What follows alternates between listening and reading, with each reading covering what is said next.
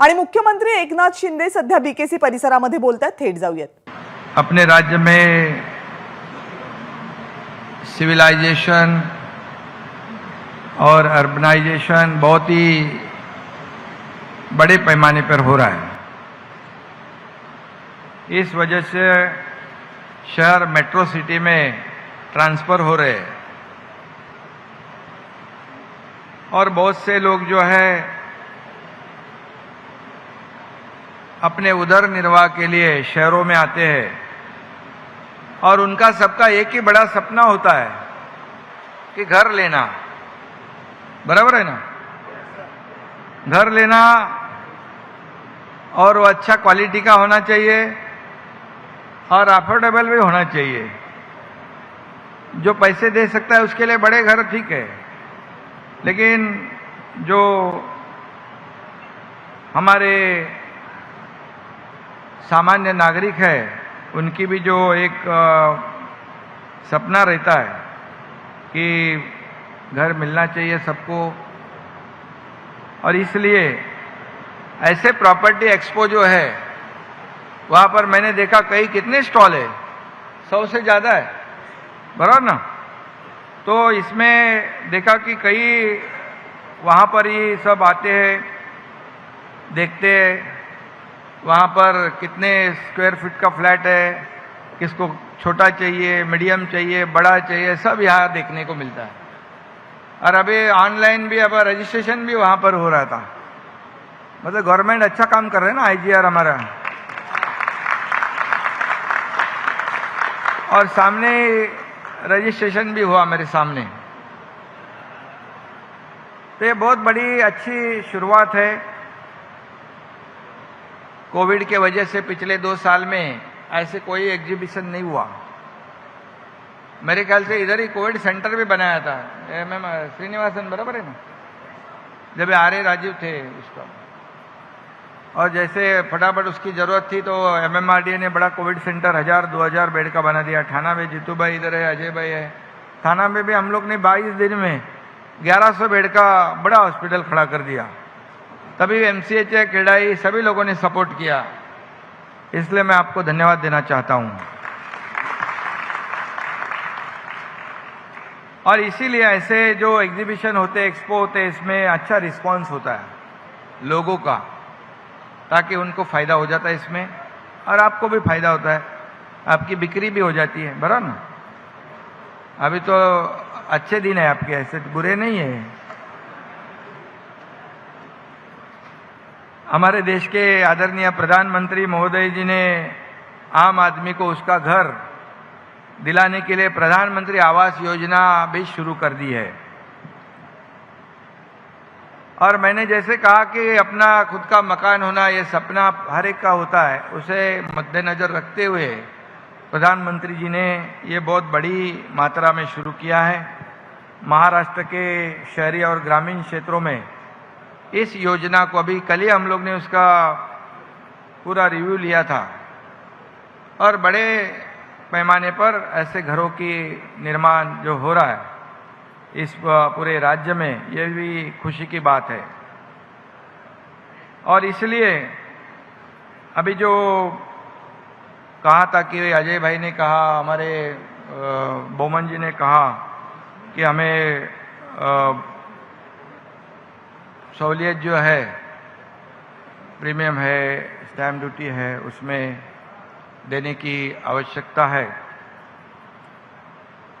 तो हम लोगों ने पहले पिछले बार भी already the state government has given many facilities to boost the real estate sector. हम लोगों ने पहले ही शुरुआत कर दी है। और प्रीमियम को जब भी 50% किया था, स्टैम्प ड्यूटी में भी सहूलियत की थी। और यूनिफाइड डीसीपीआर जो है, मेरे ख्याल से उसके वजह से बहुत ही फायदा हुआ है ना, बराबर ना? We have applied the unified DCPR, it has definitely benefited real estate sector. हुआ है ना, सबको फायदा हुआ है। और मैं हमेशा कहता हूं this sector is the second largest employment provider after agriculture. ये कृषि के बाद, एग्रीकल्चर के बाद बहुत ही हजारों लाखों लोगों को जो एम्प्लॉयमेंट देने वाला एक बहुत बड़ा सेक्टर है। और इसीलिए और बहुत ही जो industry, many industries are dependent on it. कई लोग हैं, 200 से 250 मेरे ख्याल से। जब ये आपको मैं प्रीमियम का वो सब दे रहा था, स्टैम्प ड्यूटी का रिक्वेस्ट सबको कर रहा था, तभी कई लोग बोले ये सब इतना सब आपने करा है तो आप क्या डेवलपर हो क्या? मैं बोला कोई डेवलपर मैंने कुछ नहीं, लेकिन डेवलपर की परिस्थिति मैं जानता हूँ और अभी उनको जरूरत है कि अभी हेल्प की जरूरत है। तभी ऑक्सीजन पे थे, अगर हम सपोर्ट नहीं करते थे वेंटिलेटर पे जाते थे। और इसलिए हम लोगों ने सपोर्ट उस वक्त किया है। और लेकिन हमारा इतना ही सरकार का एम है कि आप लोगों ने भी जो घर है देने का है, जो कॉमन पीपल है उसको एक्सेसिबल, अवेलेबल एंड अफोर्डेबल, ये घर आपको बनाना भी जरूरी है। बनाएंगे ना आप? जो बड़े भी बनाओ, छोटे भी बनाओ, मीडियम भी बनाओ। तो ये सभी लोगों का एक सपना होता है कि यहाँ पर उनको घर लेना आसान हो जाए। और इसलिए हम लोग आपके साथ हमेशा, आपने भी सपोर्ट किया है कोविड में। जब भी हम लोग ने कहा है कि यहाँ पर कोविड सेंटर बनाना है या हेल्प करना है, तो हमेशा ये जो रियल इस्टेट सेक्टर है, इन्होंने सरकार के साथ मिलकर हमेशा साथ दिया है। खाली अपना, और जिस शहर में आप लोग काम करते हो, मैं हमेशा कहता हूँ इस शहर से आपको भी एक अटैचमेंट होनी चाहिए, लगाव होना चाहिए। और निश्चित रूप से हम बड़ी बड़ी बिल्डिंग बनाते हैं और उस शहर से भी अटैचमेंट रखते हैं, आपको भी इस शहर से लगाव होता है। इसलिए कई कारपोरेशन जो लोकल बॉडीज जो है, स्थानिक स्वराज्य संस्था जैसे ठाणा है, मुंबई है, कल्याण डोंबिवली है, जैसे कई नवी मुंबई है, उसमें भी आपका MCHI क्रेडाई का जो कुछ योगदान रहा है, कुछ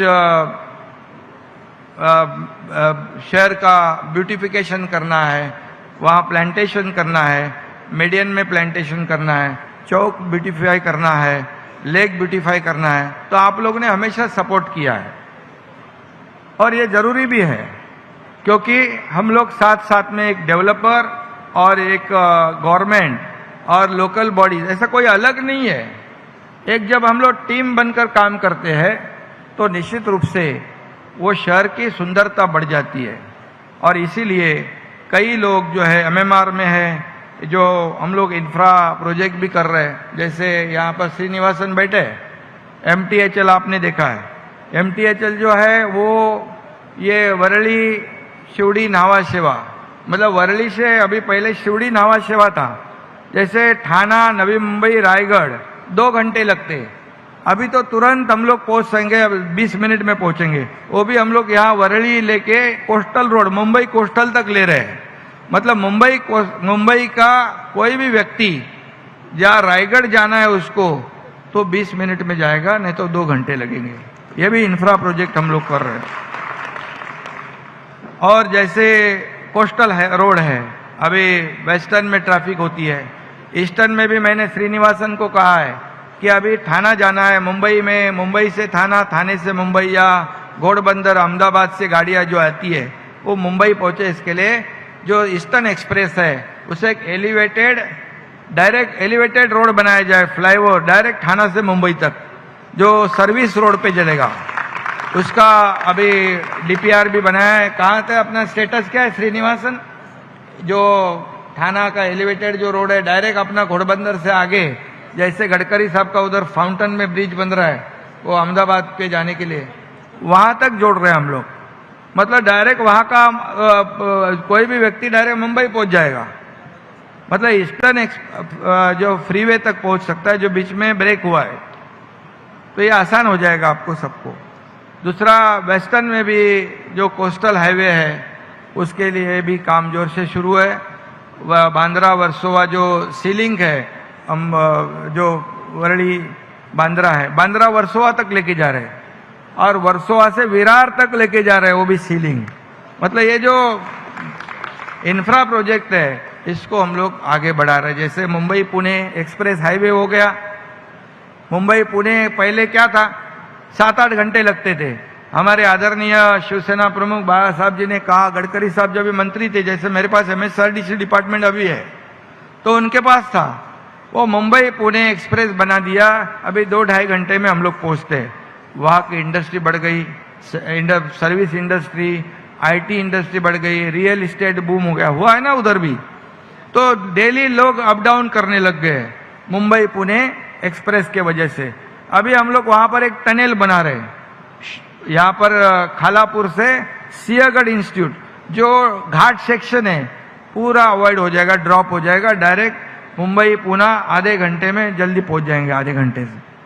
तो ये सब गवर्नमेंट कर रही है और ये आप ही लोगों के लिए कर रहे हैं। मुंबई पुणे रिंग रोड कर रहे हैं हम लोग। गोवा का जो है अभी कितने घंटे लगते जाने के लिए, रोड खराब है, अभी बन रहा है, लेकिन गोवा का भी Mumbai Sindhudurg Mumbai Goa access control road कर रहे हैं अपन, एक्सेस कंट्रोल। अलीबाग में भी आपकी बहुत प्रॉपर्टी है ना, तो वसई विरार अलीबाग कॉरिडोर भी बना रहे हैं हम लोग। और अपन श्रीनिवास और ये भी कर रहे हैं ना, बोरीवली का टनल, थाना बोरीवली टनल, वो भी कर रहे हैं। तो ये जो है ये फास्ट, यहां से वहां कहीं भी जा सकते हैं हम लोग। और आपको बताऊंगा कि एक्सेस कंट्रोल के ऊपर गवर्नमेंट ध्यान दे रही है, फोकस कर रही है। 5000 किलोमीटर के एक्सेस कंट्रोल रोड हम लोग बनाने वाले हैं, 5000 किलोमीटर के, ईस्ट वेस्ट नॉर्थ साउथ, कहीं से भी कोई भी व्यक्ति जिसको जाना है वो जल्दी पहुंच सकता है। और ये इसीलिए कर रहे हैं कि आपको, इस राज्य के नागरिक को किसी भी तरह की दिक्कत ना हो। अभी मुंबई में हम लोग बैठे यहाँ पर, मुंबई में भी आपको मालूम है हर साल में बारिश में खड्डे होते हैं और उसमें सबको तकलीफ होती है। फिर मीडिया भी हमारे सब लोग खड्डे गिनती है, 2500 है, 3000 है, 2700 है, बराबर ना। फिर जैसे रिपेयर हो जाए तो कम होते हैं, लेकिन फिर दूसरे साल भी तकलीफ होती है। इसलिए मैंने जैसे ही चीफ मिनिस्टर मैं बन गया, वैसे मैंने चहल को बुलाया, कमिश्नर को, बोले बार बार खड्डे में क्यों परेशान कर दे लोगों को, हम लोग क्यों तकलीफ होती है। तो बोले हम लोग, मैं बोले इसका सॉल्यूशन क्या है, तो बोले सीमेंट कंक्रीट के रोड करने चाहिए। तो बोले करने में क्या दिक्कत है, पैसे नहीं क्या, बोले है।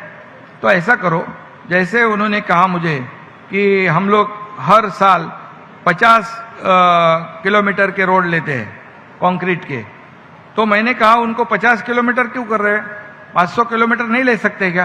तो आपको बताऊंगा, चहल जी ने 450 किलोमीटर के रोड सीमेंट कंक्रीट के अभी ले लिए, 5500 करोड़ के टेंडर फ्लोट हो गए। और हमने कहा है कि पहले बड़ी बड़ी कंपनियां डिस्क्वालीफाई होती थी, L&T और बड़े शाहपुर जी वगैरह बड़ी कंपनियां डिस्क्वालीफाई होती थी, मतलब क्यों होती थी मुझे नहीं मालूम, लेकिन अभी हमने कहा है कि बड़ी कंपनियां जो है रेपुटेड है, उनको काम दो और क्वालिटी काम करेंगे और बिफोर टाइम वो काम करेंगे। तो ये जो है सब जो कर रहे हैं, और मुंबई में आप देखेंगे चेंज आपको दिखाई पड़ेगा, क्योंकि यहाँ पर हम लोग देने के लिए आए हैं पब्लिक को, लेना हमको मालूम नहीं, देना हमको मालूम है। और इसलिए देने वाले लोग सरकार में बैठे हैं।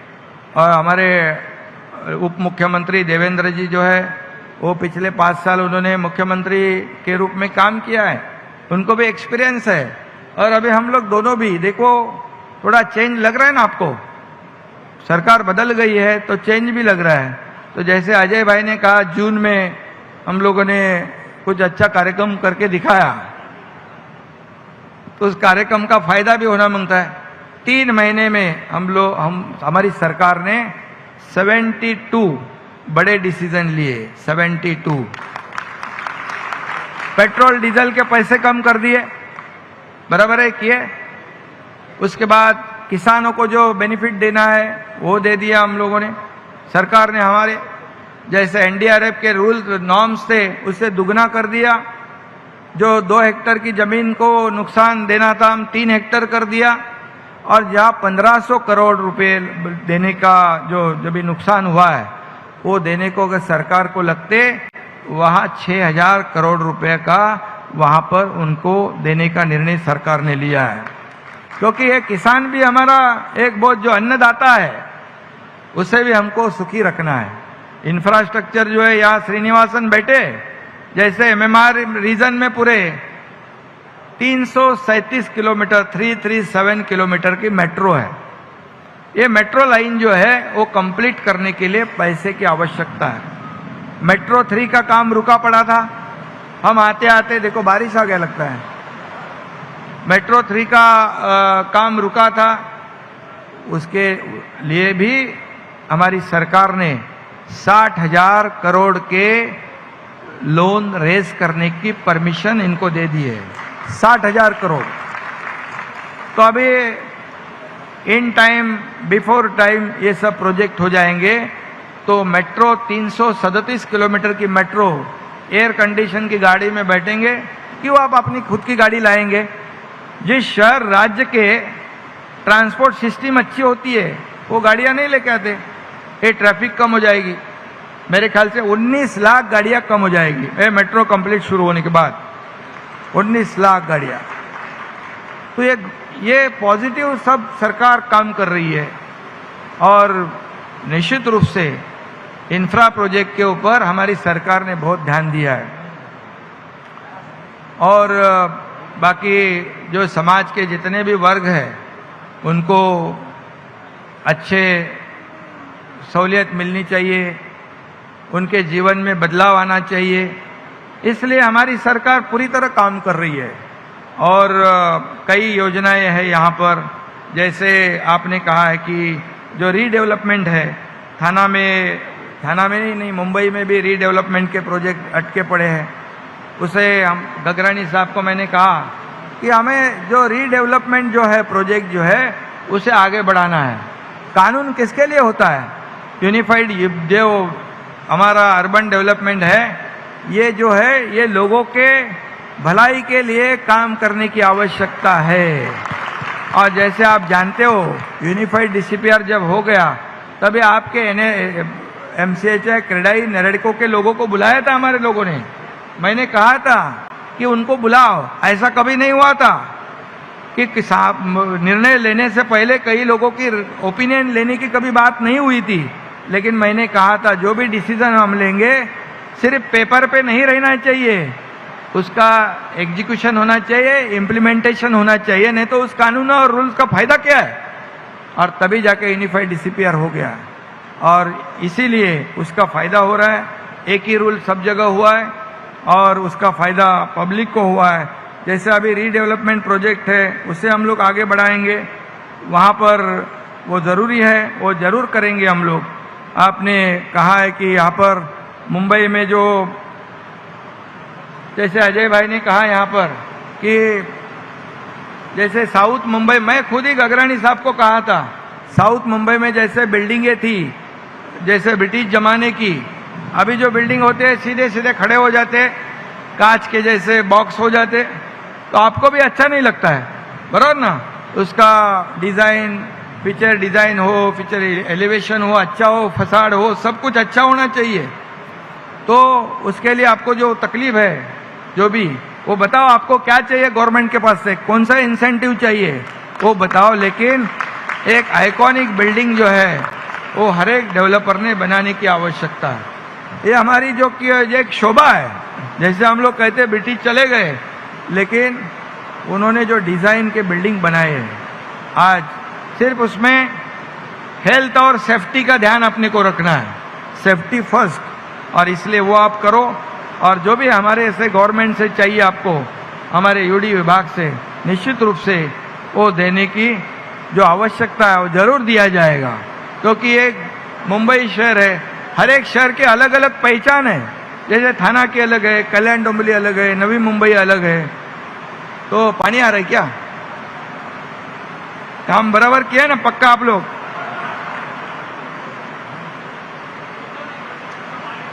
आपके एक्सपो और एग्जीबिशन पे ऊपर वाला भी मेहरबान है, तो निश्चित रूप से हर शहर में आपने आइकॉनिक बिल्डिंग बनाने के लिए ज़रूर आप इनिशिएटिव ले लो। पब्लिक स्पेसेस है, अर्बन लैंडस्केप है, बिल्डिंग पे क्राउन्स है, इसका सब आप लोग, ठाणे में हमारी कई बिल्डिंग है ऐसे बनाई है और मुंबई में भी कई है, लेकिन आप ज़्यादा काम करो उसमें।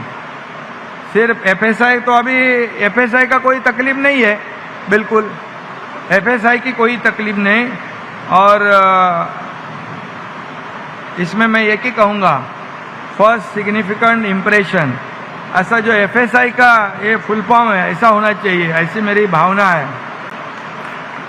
ऐसी बिल्डिंग बनाओ और ज़रूर हम लोग आपके लिए सोचेंगे। ये इसके बाद बोमन जी ने भी कुछ कहा है, उसमें भी हम लोग पॉजिटिव स्टेप उठाएंगे। निश्चित रूप से आपको जो है देने की आवश्यकता है वो देंगे।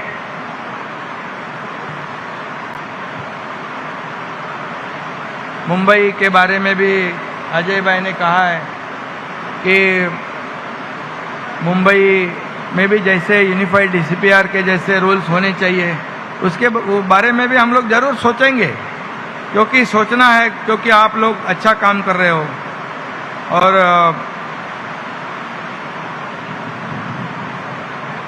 स्टैम्प ड्यूटी और जो प्रीमियम की बात है,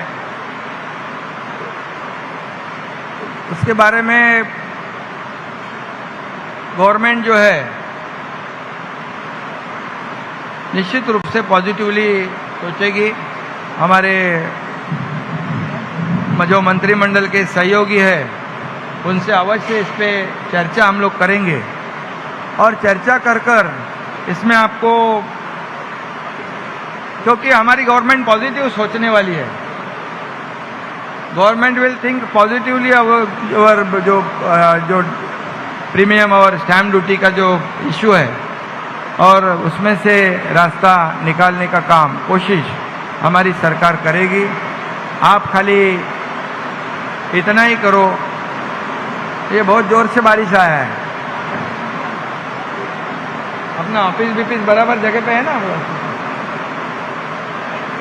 हाँ, त्यामुळे नहीं राहुल, आज का जो एमसीएच है क्रेडाई का जो एग्जीबिशन यहाँ पर है लगाया है, वो सभी डेवलपर को मैं शुभकामनाएं देता हूँ। सभी लोगों को यहाँ पर बधाई देता हूँ। और मेरी एक ही आपसे सबसे गुजारिश है, जो मुंबई में रीडेवलपमेंट के जो प्रोजेक्ट अटके पड़े हैं, उसमें क्लस्टर भी हो, रीडेवलपमेंट के प्रोजेक्ट हो, उससे हमको आगे बढ़ाना है। क्योंकि कई लोग कहते हैं कि मुंबई के लोग बाहर चले गए हैं, तो मुंबई के लोग जो मूल मुंबईकर है वो मुंबई में वापस आने चाहिए। इसलिए हमारी भी जिम्मेदारी है। और इसमें जैसे सेल्स बिल्डिंग है, माड़ा की बिल्डिंग है, एमएमआरडी है, इसमें ये फनेल जोन की बिल्डिंग है, डोमिनिक जी, ये सारे हैं जो काम रुका पड़ा है, वो निश्चित रूप से हम लोग आगे बढ़ाएंगे। और उसमें जो रूल्स में, कानून में कुछ बदलाव करने की, बहुत से बदलाव तो हम लोगों ने किए हैं, चेंजेस जब भी आप लोगों ने कहा है तभी हम लोगों ने बदलाव किया है। और उसमें आगे भी करेक्शन गवर्नमेंट करेगी, निश्चिंत रहो। जब भी आपको कम हो गया,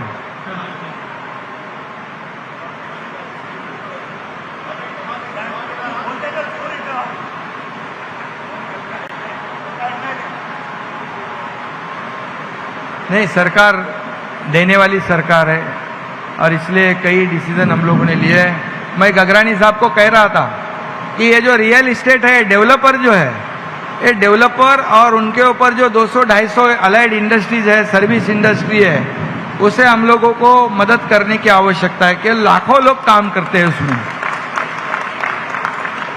तो ये पॉजिटिव सोचने वाली सरकार है इतना ही मैं आपको कहूँगा। फिर एक बार आपने मुझे इस उद्घाटन में इस कार्यक्रम में बुलाया, इसके लिए मैं आपको धन्यवाद देना चाहता हूँ, शुभकामनाएं देता हूँ। जैसे हम लोग सब, मैं चीफ मिनिस्टर बन गया, लेकिन चीफ मिनिस्टर मीन्स सीएम, मैं अपने आप को सीएम मीन्स एक कॉमन मैन और वो हिसाब से समझता हूँ। और इसलिए मेरे में कोई चेंज आपको दिखाई पड़ा क्या? अजीब बात नहीं ना, वो चेंज दिखाई पड़ेगा भी नहीं, क्यों चेंज हो गया तो आप बोलेंगे अरे कल तो एकनाथ शिंदे ऐसा था, आज बदल गया। तो हमें साथ में आगे बढ़ना है। ये रियल एस्टेट भी एक बहुत ही इम्पोर्टेंट इंडस्ट्री है, इम्पोर्टेंट सेक्टर है इस राज्य में, और हम जानते हैं कि कभी आपको हेल्प करना है और कभी आपको सपोर्ट करना है, लेकिन बार बार आप खाली मांगते मत रहो, देने का भी काम आपको करना है। अफोर्डेबल हाउसिंग जैसे आइकॉनिक बिल्डिंग हो, कोई शहर का ब्यूटिफिकेशन हो, उसमें भी आपका योगदान देने की आवश्यकता है। इतना ही मैं कहूँगा। धन्यवाद। जय हिंद, जय महाराष्ट्र। एबीपी माझा, उघडा डोळे बघा नीट।